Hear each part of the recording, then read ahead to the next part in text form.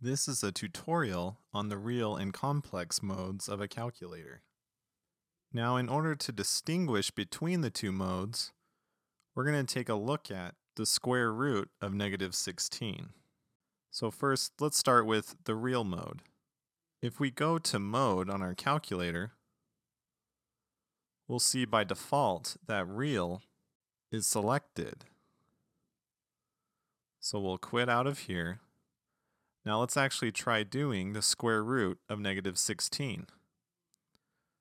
So we'll bring up the square root and then type in negative 16 and close the parentheses. Now hit enter. Now you'll notice that we get an error telling us that we have a non-real answer.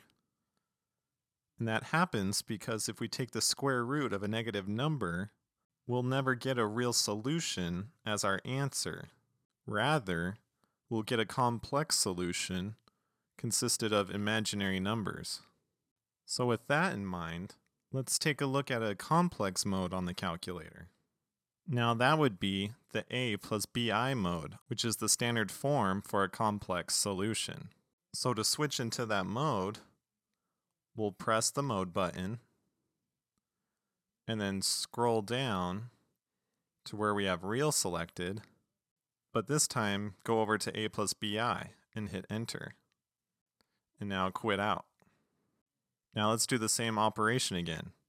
The square root of negative 16 and see what we get.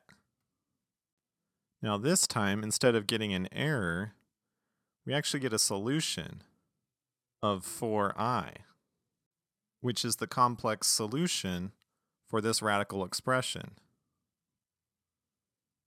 The square root of 16 gives us our 4, and then the square root of negative 1 gives us our imaginary number I.